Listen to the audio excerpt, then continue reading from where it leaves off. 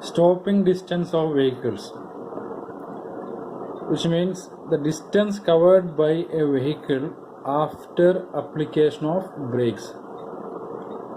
We know that a vehicle will not stop immediately after the application of brake, but it will move a little further, then only it will stop. So we can find out the distance traveled by that vehicle after application of brake. Just assume that ds is the distance traveled by the vehicle after the application of brake.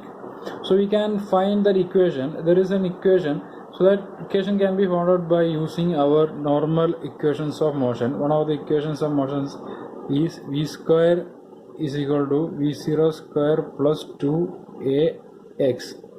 So here v is the final velocity, v0 is initial velocity, and 2 is to a is acceleration, and x is the distance. Here the distance, how much is distance it will be covered. So like we can say instead of x you can say ds, both are same.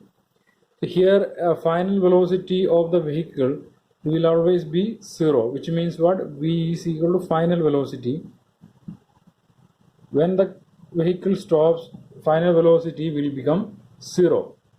Now we can rearrange this equation as what we need. We need x, okay, x over the distance ds, we will write. So ds can be written as minus v0 square by 2a. So this is the equation to find out the distance traveled by a vehicle after the application of brakes. Here ds is directly proportional to square of the initial velocity, which means that is depends upon velocity. So the distance covered by a car after the application of brake is directly depends upon initial velocity, its moving velocity. Okay, initial velocity means what?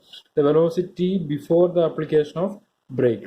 So by using this equation you can find out the distance covered by a car or any vehicle after the application of brake. So v0 is the moving velocity, initial velocity before the application of brake, or the velocity before application of brake.